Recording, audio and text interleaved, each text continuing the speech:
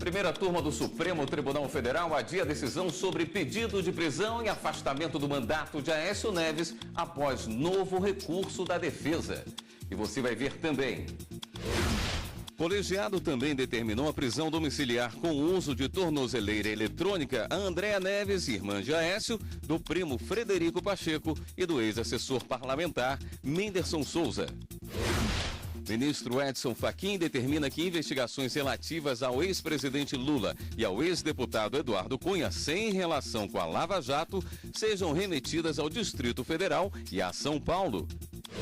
Justiça Federal adia para sexta-feira depoimento do ex-presidente da OAS, Léo Pinheiro, em processo que investiga liberação irregular de recursos do FGTS. Presidente do Supremo Tribunal Federal, ministra Carmen Lúcia, suspende a decisão que paralisava a construção do eixo norte da transposição do Rio São Francisco.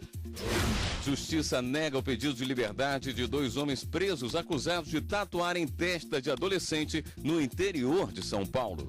Essas e outras notícias agora no Jornal da Justiça.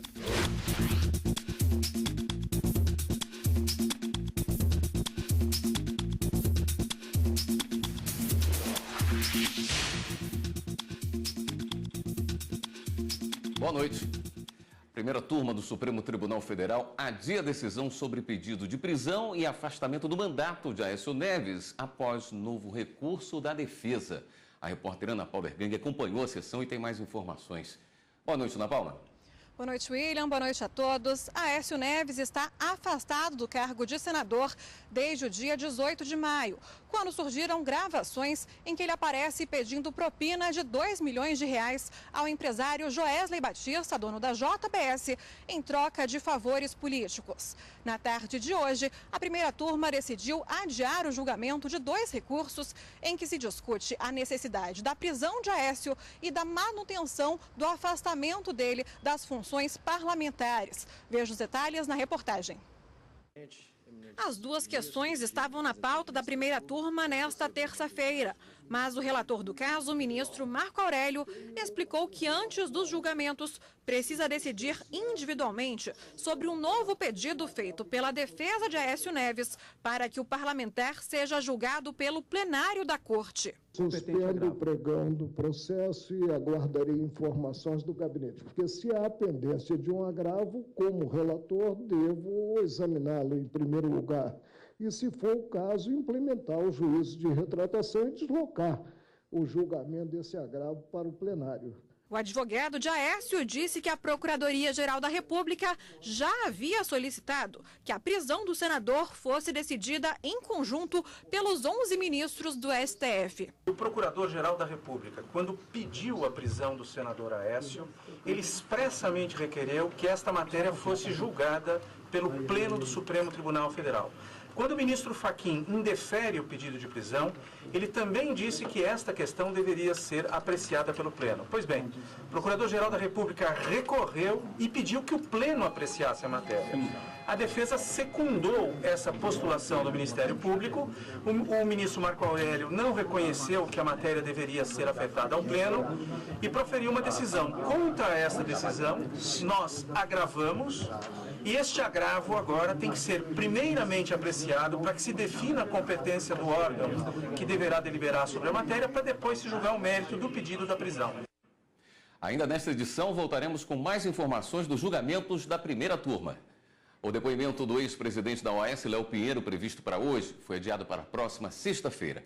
O empresário foi indiciado pelo Ministério Público como testemunha em uma ação que investiga o ex-deputado Eduardo Cunha, o ex-ministro Henrique Eduardo Alves e o doleiro Lúcio Funaro. Eles são acusados de receber propina para ajudar na liberação de recursos do FGTS. O depoimento deve ocorrer na sede da Justiça Federal, em Brasília. A segunda turma do Supremo negou provimento a um recurso do município de São Paulo contra os Correios. As partes discutiam a taxa de fiscalização de estabelecimento comercial com base no porte da empresa. No começo da sessão, o presidente da turma, ministro Edson Fachin, deu os parabéns ao ministro Gilmar Mendes pelos 15 anos de trabalho no STF. Gostaria de congratular Vossa Excelência, ministro Gilmar Mendes, pela trajetória nesse Supremo Tribunal Federal, em 15 anos de profícuo labor e, ademais, expressar pessoalmente a minha alegria e o privilégio pela convivência já de 2 anos. Os demais integrantes da turma também deram os parabéns ao ministro Gilmar Mendes. Eu agradeço a todos, acho que são anos que me fizeram crescer no plano acadêmico, no plano científico, no plano judicial, claro, e também no plano humano. Muito obrigado. Os julgamentos começaram a seguir. O primeiro foi o recurso em habeas corpus em favor de um procurador de justiça do estado de São Paulo, acusado de falsificação e uso de documento falso perante a Justiça Eleitoral. A defesa alegou que o caso ainda precisa de investigação, porque há suspeita de que não foi o procurador quem enviou os documentos para a Justiça Eleitoral. Na verdade, há um caso claro de consunção, porque aqui a falsificação teve o objetivo de ser usado aquilo na eleição. Então, quem quer que tenha feito isso, praticou um crime e meio para chegar ao crime fim. O relator, ministro Ricardo Lewandowski, negou o provimento com base na jurisprudência da Corte. A extinção da ação penal de forma prematura via habeas corpus somente se dá em hipóteses excepcionais, quando patentemente demonstrada a atipicidade da conduta, a ausência dos indícios mínimos de autoria e materialidade delitivas ou a presença de causa extintiva de punibilidade. O julgamento foi suspenso com pedido de vista do ministro Gilmar Mendes. Por maioria de votos, a segunda turma negou o provimento ao recurso extraordinário com agravo solicitado pelo município de São Paulo contra os Correios. A questão julgada foi a legalidade na fixação de taxa de fiscalização do estabelecimento comercial com base no porte da empresa e número de funcionários. O relator, ministro Dias Toffoli, entendeu que a jurisprudência sobre a base de cálculo de taxas referente ao tamanho da área da empresa e do número de funcionários não se aplica nesse caso e negou o provimento ao recurso. Em situações análogas à da espécie, o STF já decidiu que o número de empregados não é critério válido para a fixação da base de cálculo das taxas de funcionamento e fiscalização instituídas pelos municípios. O presidente do Supremo Tribunal Federal, ministra Carmen Lúcia, suspende a decisão que paralisava a construção do eixo norte da transposição do Rio São Francisco. Quem tem os detalhes dessa decisão é a repórter Fernanda Porto. Boa noite, Fernanda. Boa noite, William. Boa noite a todos. A ministra Carmen Lúcia levou em consideração que a paralisação da obra prejudica o desenvolvimento econômico da região e também o interesse público. Ela ainda levou em conta que a suspensão de segurança é um recurso usado em caráter excepcional para garantir a ordem, saúde, segurança e economia pública, o que não se aplica nesse caso. A suspensão de segurança foi ajuizada pela União em maio desse ano. Foi questionada a habilitação técnica das empresas que participaram do processo de licitação e seca em regiões mais carentes do Nordeste. William. Obrigado, Fernanda. O ministro Edson Fachin, do Supremo Tribunal Federal, determinou a retirada de 3 processos que envolvem o ex-presidente Lula da 13ª Vara Federal em Curitiba, onde trabalha o juiz Sérgio Moro. Na decisão, o ministro Fachin encaminhou 2 processos para a Justiça Federal em Brasília e o outro para a Justiça Federal em São Paulo. Segundo a defesa de Lula, os referidos processos não têm relação com a Lava Jato, e sim com as delações de executivos da Odebrecht.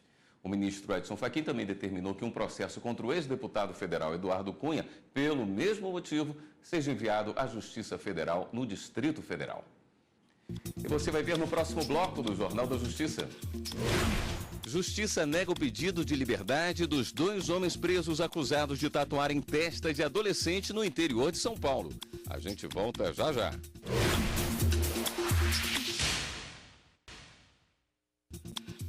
A Justiça de São Paulo negou o pedido de liberdade da defesa dos 2 homens presos por suspeita de torturarem, filmarem e tatuarem a testa de um adolescente de 17 anos no último dia 9 de junho em São Bernardo do Campo, no ABC Paulista.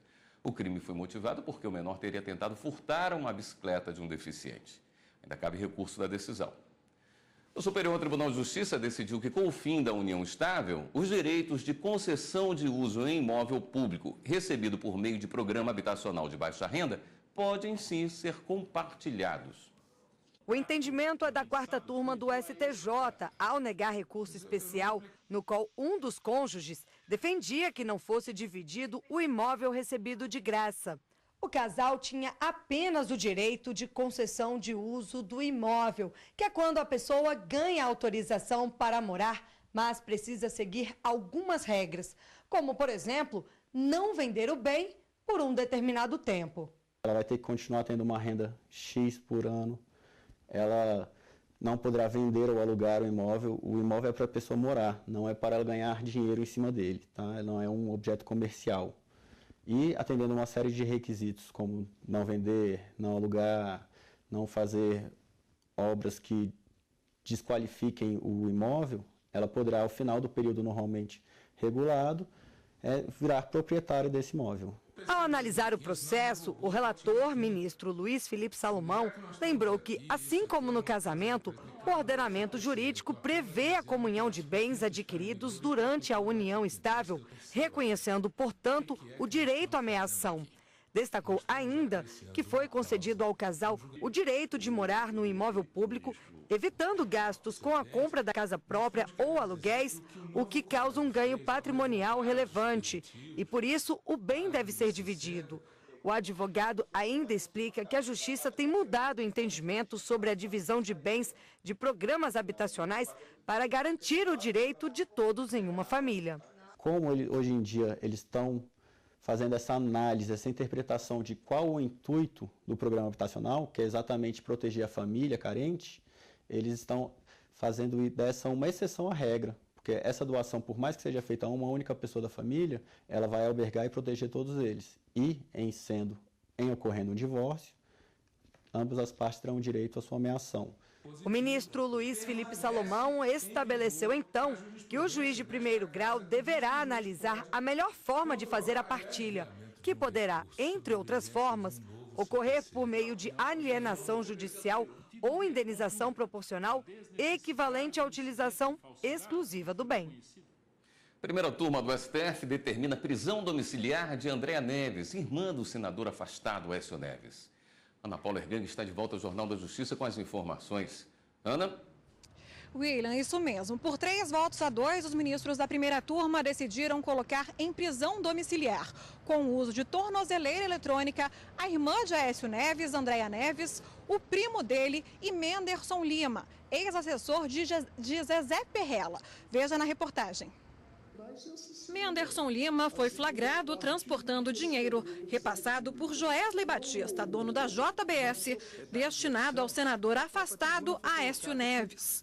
Segundo as investigações, um executivo da JBS entregou o dinheiro para Frederico Pacheco, primo de Aécio, que repassou os valores a Menderson.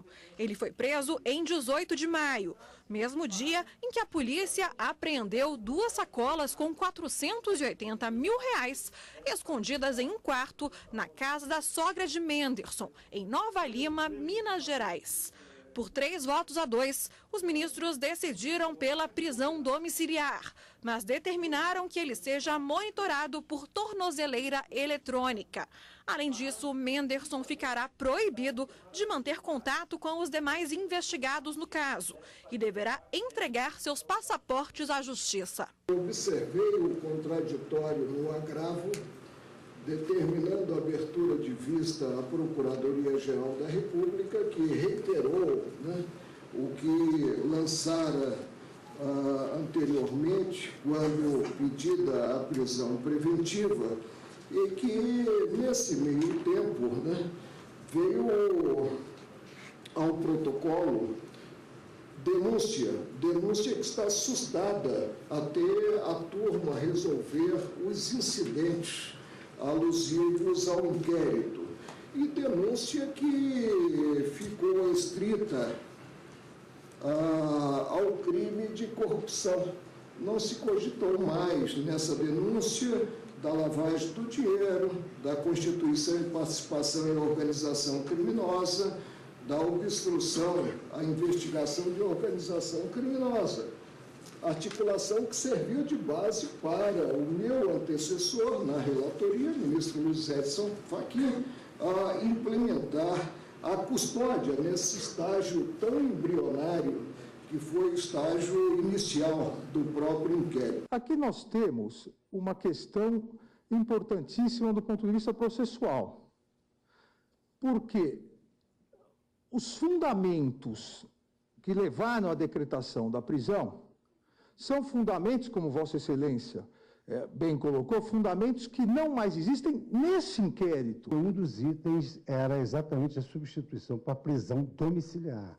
Então, na verdade, as medidas que eu proponho são prisão domiciliar, a fortiori, proibição de manter contatos com os demais investigados, proibição de ausentar-se sem a prévia autorização, eventual tratamento, alguma coisa, a entrega dos passaportes e o monitoramento eletrônico. A ministra Rosa Weber e o ministro Luiz Roberto Barroso votaram pela manutenção da prisão. Não há nenhuma dúvida da autoria e da materialidade. Está gravado, está filmado. Todo mundo viu o recebimento do dinheiro. E depois foi gravado o procedimento de ocultação e lavagem do dinheiro. Portanto, não há nenhuma dúvida razoável do que aconteceu aqui, quanto à materialidade e quanto à autoria. E não há dúvida de que o agravante participou pessoalmente desses dois eventos, tanto do recebimento do dinheiro quanto o da lavagem do dinheiro. A soltura dos investigados neste momento criará um obstáculo não recomendável para a elucidação dos gravíssimos crimes contra a administração pública, frente aos quais a sociedade brasileira está sendo desafiada. Ao final do julgamento, os ministros decidiram estender a decisão à irmã de Aécio, Andréa Neves, e ao primo dele, Frederico Pacheco. Os três são investigados junto com o parlamentar por suposta prática de corrupção, organização criminosa e embaraço às investigações. E antes desse julgamento pela primeira turma, o ministro Marco Aurélio negou em decisão monocrática pedido de Andréa Neves para que o processo dela fosse separado do de Aécio e que ela fosse julgada pela Justiça de São Paulo. William. Mais uma vez, obrigado, Ana Paula. Um auxiliar de produção que trabalhava sem intervalo de descanso não conseguiu invalidar a norma coletiva que ampliou a jornada da categoria. O trabalhador pretendia receber a 7ª e a 8ª horas da jornada como extras. O caso foi julgado pelo Tribunal Superior do Trabalho. O relator do recurso da empresa na 7ª turma, ministro Douglas Alencar Rodrigues, explicou que a Constituição Federal prevê jornada de 6 horas para turnos de revezamento, mas permite a ampliação da jornada por meio de negociação coletiva. De acordo com o processo, a norma coletiva ampliava de 6 para 8 horas a jornada de turnos ininterruptos de revezamento. O auxiliar, no entanto, queria receber a 7ª e 8ª horas como extras, por não ter 1 hora de intervalo. O Tribunal Regional do Trabalho da 15ª Região, em Campinas, aceitou o pedido, por entender que a falta do intervalo invalidou o acordo de compensação de jornada. A empresa recorreu à 7ª turma do Tribunal Superior do Trabalho. Para o relator, ministro Douglas Alencar Rodrigues, a súmula 423 do TST deixa claro que se a jornada for superior a 6 horas e limitada a 8, mediante acordo coletivo, os empregados não terão direito à 7ª e 8ª horas como extras. Por unanimidade, os ministros entenderam que a invalidade da norma seria declarada apenas se houvesse prestação de horas extras, situação que não foi comprovada, apesar de o tempo do intervalo suprimido ser remunerado com adicional de 50%. Com isso, o recurso da empresa foi aceito, sendo restabelecida a sentença que negou a remuneração pelo suposto trabalho extra. Ivo Nascimento de Campos Pitangui, filho do médico Ivo Pitangui, foi condenado pela Justiça do Rio de Janeiro a 4 anos e 8 meses de reclusão pelo atropelamento e morte de José Fernando Ferreira da Silva, de 44 anos, em 2015. As penas foram convertidas para prestação de serviços em clínica de recuperação de acidentados em trânsito e pagamento de R$300 mil à Associação Brasileira de Reabilitação. O médico também teve a carteira de habilitação suspensa por 5 anos. E no próximo bloco do Jornal da Justiça... No Dia Mundial do Refugiado, você vai ver o que prevê a lei brasileira para o acolhimento de refugiados. A gente volta em instantes.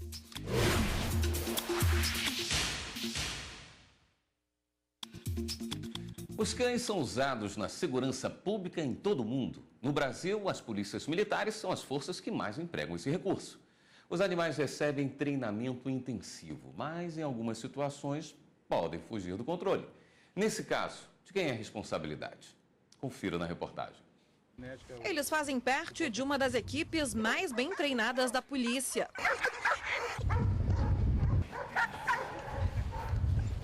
São preparados para combater o crime na linha de frente. Nós temos várias especialidades dos cães. Detecção de entorpecente, detecção de explosivos, cães de defesa e cães de busca e captura. No Distrito Federal, são 54 animais no batalhão de policiamento com cães. Começam a ser treinados ainda novinhos. Pastores alemães e belgas. Raças fortes e inteligentes. Perfeitas para um trabalho como esse. Para a gente colocar um cão na rua trabalhando, o treinamento dele é de 1 ano a 1 ano e meio. O cão só está maduro para trabalhar depois de 1 ano e meio. Enquanto isso, são treinamentos diários, com a equipe de treinamento e com a equipe que está de plantão. Faz parte do processo também manter os cachorros dóceis e sociáveis, para evitar incidentes nas operações policiais.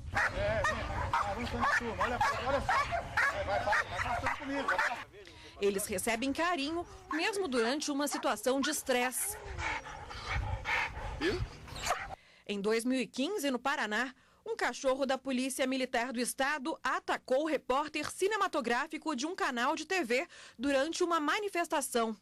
Casos como esse são raros, mas são tratados com cuidado. Vamos deixar bem claro, o cão vai morder? Pode morder se a pessoa ultrapassar aquele limite imposto pela polícia, imposto pelos cães ali no local.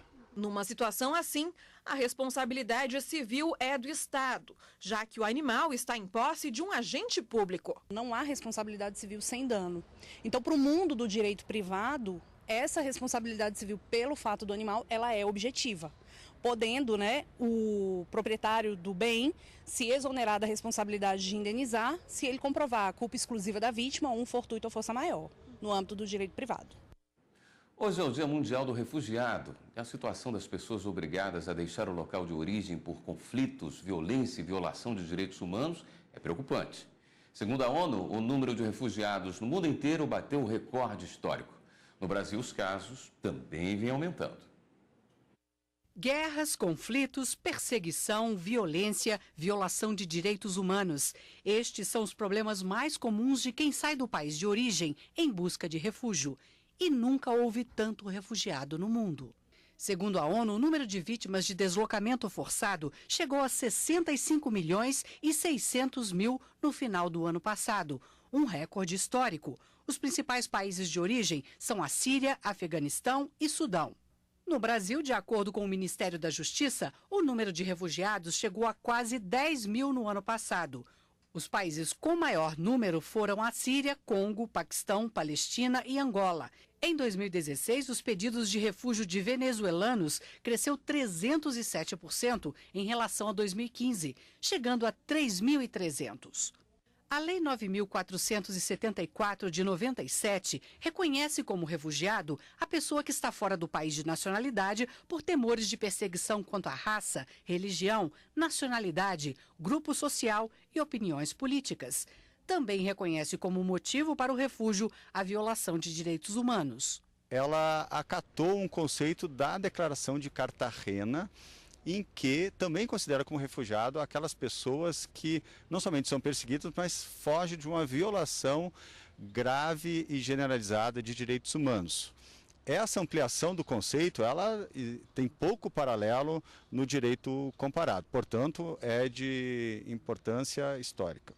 A nova lei de migração, sancionada no mês passado e que entra em vigor em novembro, também trata do refugiado. Segundo o texto, o visto temporário para acolhida humanitária poderá ser concedido a estrangeiros em situações como conflito armado, calamidade e violação de direitos humanos. Ainda permite a residência em caso de acolhida humanitária. preencherá uma zona cinzenta não abarcada por o já amplo conceito de refugiados da Lei 9.474, que que são, né, pessoas que fogem de desastres ambientais, de calamidades, de regimes autoritários, porém não necessariamente são identificadas como fugindo de uma violação grave generalizada de direitos humanos. No Saber Direito desta semana, você vai aprender-se a diferença entre assédio e dano moral. O professor Cláudio Janotti explica o que é uma fraude trabalhista e como acontecem as negociações coletivas. Ele fala também sobre os efeitos das fraudes na vida do trabalhador. Você assiste às aulas do curso Saber Direito de segunda a sexta em 2 horários, às 8 da manhã e às 11h30 da noite. O Jornal da Justiça fica por aqui. Outras notícias do Judiciário você acompanha amanhã, 13h, no Jornal da Justiça, primeira edição. Uma boa noite para você e continue aqui na TV Justiça.